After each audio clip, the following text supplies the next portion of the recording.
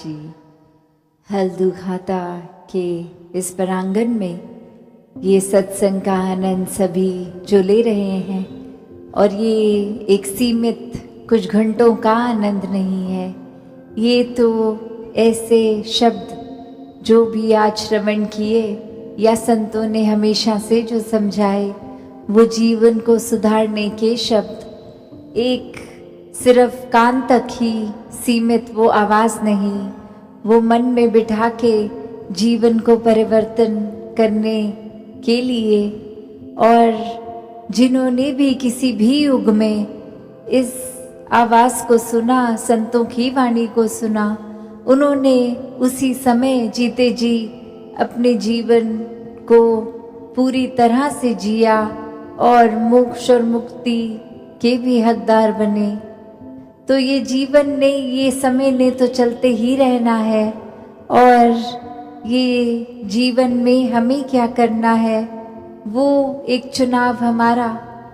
किस तरह, अगर हम संसार में किसी से पूछेंगे कि एक सफल जीवन की परिभाषा आपके हिसाब से क्या है, तो कोई ये कह देगा कि कोई पढ़ाई लिखाई करके उपलब्धि, कोई कह देगा कि कोई ऊंचे पद पे रहना, कोई धन दौलत को एक सफलता जीवन की उससे जोड़ेगा।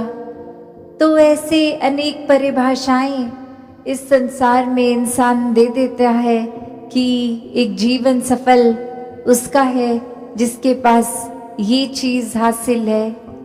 पर किसी भी युग में संतों से जब सुना कि सफल जीवन की परिभाषा क्या है, तो संतों ने यही समझाया कि इस जीवन में आने का जो उद्देश्य, ये भाव मन का कहाँ से आए हैं, कहाँ जाना है, ये परमात्मा की प्राप्ति, इस परमात्मा के हो जाना, इस परमात्मा में एकमिक हो जाना, इस परमात्मा के एहसास में रहना, ये ब्रह्म ज्ञान द्वारा जीवन को सफल कर लेना ही असल में सफलता है। चाहे इस परमात्मा ने रहने के लिए जो व्यवस्था करी है, चाहे वो महल रूप, चाहे झोपड़ी रूप, चाहे किसी तरह का भी कल्चर, एक रहना, किसी तरह का भी खाना पीना, तो ये सब मुबारक है। जीते जी जिम्मेवारियां भी निभाना मुबारक है। एक भक्ति करनी है तो जिम्मेवारियों को सांसारिक रूप, सामाजिक रूप, ये सेवा भाव तभी आएगा सबके प्रति जब अपनत्व का भाव होगा। तो ऐसे तो जीना है, एक अपने कर्तव्यों को पूरे करते करते। पर हर संत ने समझाया कि इस दुनिया में रहना है, पर इस दुनिया में इस तरह खचित नहीं होना कि इस परमात्मा के प्रति ही ध्यान न जाए। ये स्पिरिचुअल एस्पेक्ट जीवन का, इसमें पीछे रह जाएं और ये भौतिक जीवन को ही आगे बढ़ाते रहें। तो चीज़ों का इस्तेमाल करते हुए, सदुपयोग करते हुए जीवन जीना है, और अंदर से सिर्फ इस आध्यात्मिक जीवन को ही एक ज़्यादा पुश देना है, इसके प्रति, इस निराकार परमात्मा, इसको जानकर फिर इसी की भक्ति में, इस प्रेम में चूर होके जीवन को जीना है। तो कैसे संतों ने जब समझाया कि सफल जीवन ये एक तब है जब आध्यात्मिक रूप से पूर्ण हो, एक महल माड़ियाँ, गाड़ी, उपलब्धियाँ, पढ़ाई लिखाई इत्यादि सब मुबारक है, पर वो तभी सही मायने में मुबारक है जब हर पल में इस परमात्मा को भी शामिल किया गया। वरना तो एक दौड़ भाग ही लगी रहती है। आज कुछ ये चाहिए, कल कुछ और चाहिए, आज ये जो मिल गया, कल फिर प्रार्थना कि इसको बदल दिया जाए। इस तरह नहीं हो जीवन। एक उपलब्धि है तो इतने सालों से उसी उपलब्धि पे हैं, कोई प्रमोशन नहीं हो रहा। एक उस तरह की इच्छाएं चाहे छोटी सी हो, वो एक बच्चे के अंदर भी हो सकती है और किसी वृद्ध के अंदर भी वो इच्छाओं ने तो अपना काम करते जाना है। तो यहाँ पे आध्यात्मिक रूप जब साथ होता है जीवन में तो समझ आता है कि इच्छाएं मन में आ रही हैं तो अगर पूरी हो रही हैं उसमें भी हमारी भलाई है, और अगर मन मुताबिक कुछ हो नहीं रहा, इस परमात्मा ने कुछ और चाहा है तो भी एक इसमें भी भलाई है। तो कोई संकीर्णताओं में कोई छोटी छोटी चीज़ों को पकड़ के भक्त नहीं बैठते। भक्त भी इस परमात्मा की तरह विशाल होते हैं, अपने मनों को विशाल कर लेते हैं कि ये जीवन में इस तरह छोटी बातों में उलझना नहीं है, ये नफरतों के कारण नहीं बनाने। जीवन में सिर्फ एक बहते जाना है इस परमात्मा की रज़ा में, इस निराकार की रज़ा में, हर पल में शुक्राना भाव लेकर ये जीवन को जीते जाते हैं। और हर समय यही सिखाया है भक्तों ने कि ये समाज में, घर परिवार में, गृहस्थ में रहकर ही भक्ति को करना है।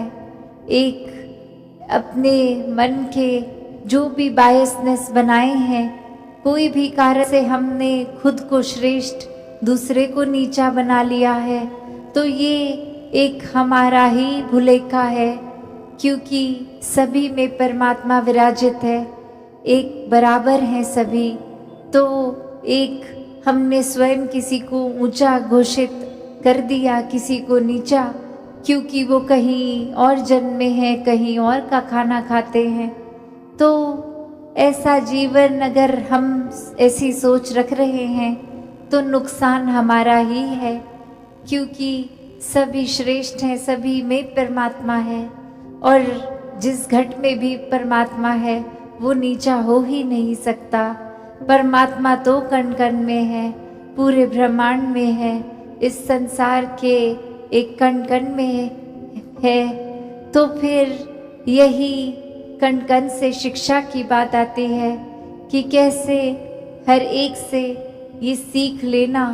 और सत्संग में भी जब आते हैं तो वो इस भाव से ही आते हैं कि जो भी आज सुना उसमें से शिक्षा लेकर अपने जीवन को वो वचनों के अनुसार एक ढाला जाए, एक अपने स्वभाव में, चरित्र में ये अच्छे गुणों को अपनाया जाए। और अच्छे गुण तभी ठहरते हैं लॉन्ग टर्म, एक ज़्यादा देर, एक ज़िंदगी भर, जब वाकई ही वो गुणों को सिर्फ सीखा ना जाए, वो गुण बन लिया जाए। एक बार हम वो गुण खुद जीता जाता बन जाएंगे तो ही हर समय वो हमारे स्वभाव में रहेगा, वरना तो किसी समय है, किसी समय नहीं है वो गुण। तो मानवीय गुणों को हर समय अपने अंदर रखना है तो एक एक गुण को पहले स्वयं बनना होगा, और वो बना तभी जा सकता है जब ये गुण जहाँ से एक स्रोत से शुरू हुए हैं, उपज हुई है इस परमात्मा से अपने मन का नाता जोड़कर फिर वो गुण बन भी जाएंगे और प्रदर्शित भी होगा जीवन में। इस परमात्मा से ये मन का नाता जोड़ना बहुत ही ज़रूरी है। और कैसे फिर वो मन का नाता सिर्फ कुछ समय का नहीं, हर समय का। एक अस्थिर जो जीवन है, एक डगमग स्थितियां हैं, उसमें भी कैसे स्थिर रहना है। तो बात वही, जिसने भी इस परमात्मा को सही मायने में अपने जीवन में, अपने हर एक पल में डाला है, उन्होंने अपना जीवन बहुत ही सहज भी कर लिया है, स्थिर भी कर लिया है। अब कोई भी परिस्थिति मन को डराती नहीं है। एक परिस्थिति कोई खुशी देती है तो कोई दुख, तो ये याद रहता है कि दोनों ही परिस्थितियों में परमात्मा उसी तरह पूर्णता से पूरा पक्का विराजित है। और फिर मन दुख नहीं झेल पा, एक ये मान लेता है कि कुछ देर के लिए अच्छी घड़ियां भी आई हैं, दुख की भी आएंगी।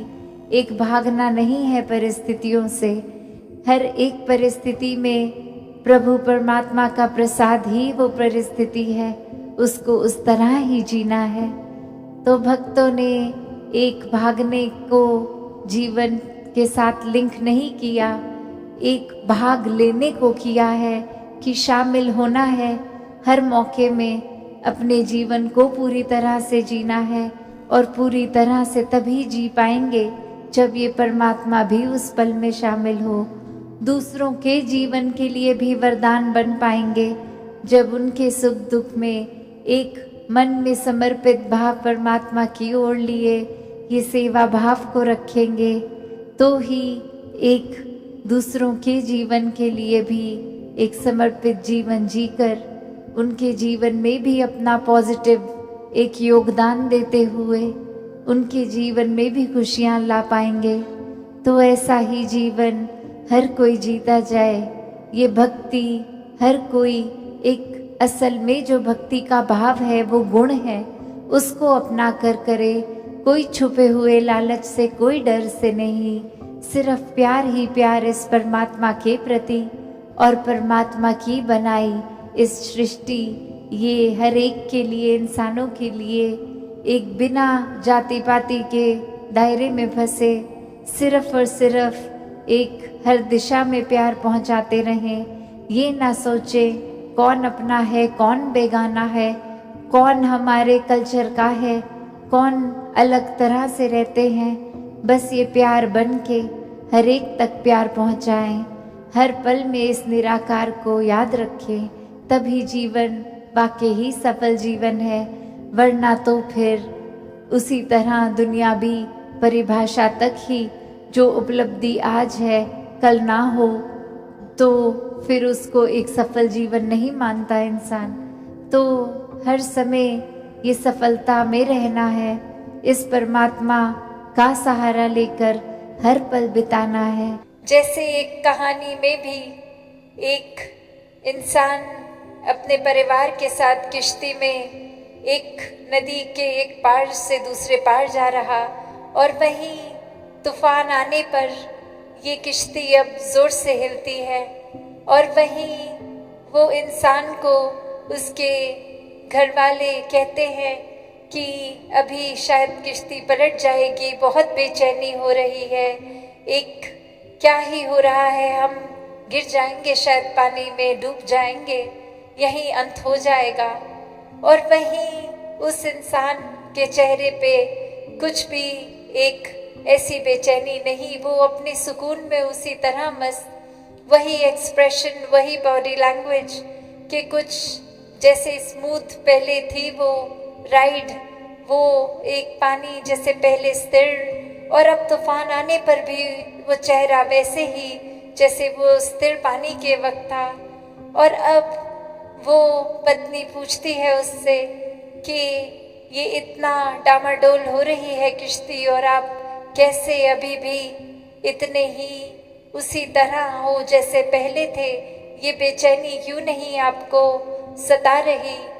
और फिर वो इंसान एक झटके में उस अपनी पत्नी को एक उसके नज़दीक आके एक डराने की तरह एक कोई शार्प ऑब्जेक्ट होता है जो उसके गर्दन पे रख देता है, और पत्नी वैसी की वैसी ही रहती है, बिल्कुल घबराती नहीं है, बिल्कुल डरती नहीं है। और फिर वो इंसान पूछता है कि ये जो चाबुक था, ये धार वाला तलवार जैसा चाकू, ये आपकी गर्दन पे रख दिया तो आप डरे क्यों नहीं। तो वो पत्नी कहती है आपसे प्रेम ही इतना है, पूरा विश्वास है आप पे कि आप कभी भी मुझे नुकसान नहीं पहुंचाओगे। तो चाहे ये कितना भी तेज धार वाला ये तीखा चाकू था, ये चाहे गर्दन पे रखा भी तो पता था कुछ नुकसान नहीं होगा। और वो इंसान फिर अपनी बात समझाते हुए कि ये किश्ती चाहे स्थिर पानी पे चल रही है या अभी तूफान के वक्त डामाडोल हो रही है, यही तो प्यार इस परमात्मा से है कि कैसा भी ये पानी रखे, कैसी भी परिस्थिति रखे, मन इसके लगन में, इसके प्यार में है तो मन में स्थिरता ही रहेगी। परिस्थितियां डराएंगी नहीं, समय के मुताबिक दिल और सोच ख्याल नहीं बदलेगा। तो कैसा एक जो ये प्यार का जिक्र यहाँ कि ये प्यार में विश्वास भी है, सुकून भी है, पेशेंस भी है, और कैसे ये कायम दायम हर समय रहने वाला प्यार है। ये सिर्फ इस वजह से नहीं बदलेगा कि आज पानी स्थिर है और ये कश्ती में बैठे हमें तंग नहीं हो रहे हम, तो ये परमात्मा एक बहुत ही अच्छा है, इसके गुणगान भी हो रहे हैं। और थोड़ी देर में वही किश्ती डूबने लगती है तो परमात्मा को कोसना है, परमात्मा ठीक नहीं कर रहा। नहीं, भक्तों का तो एक नजरिया, एक माइंडसेट हर समय इस परमात्मा के प्यार में ही रहता है, और यही परमात्मा का आसरा लेते हुए हर समय भक्त अपनी भक्ति करते हैं। और वो भक्ति फिर किसी डर से नहीं जुड़ी होती, भक्ति वो किसी चाहत, कोई इच्छा, कोई लालच से नहीं जुड़ी होती। वो प्यार है, वो अनकंडीशनल लव है इस परमात्मा के प्रति। और जब ऐसा ही प्यार इस परमात्मा से होता है तो इस परमात्मा की बनाई हुई सभी चीज़ों से हो जाता है, सभी इंसानों से हो जाता है। फिर भेदभाव मन के खत्म हो जाते हैं, सभी अपने लगते हैं। हर कोई ये परमात्मा का साक्षात रूप दिखता है।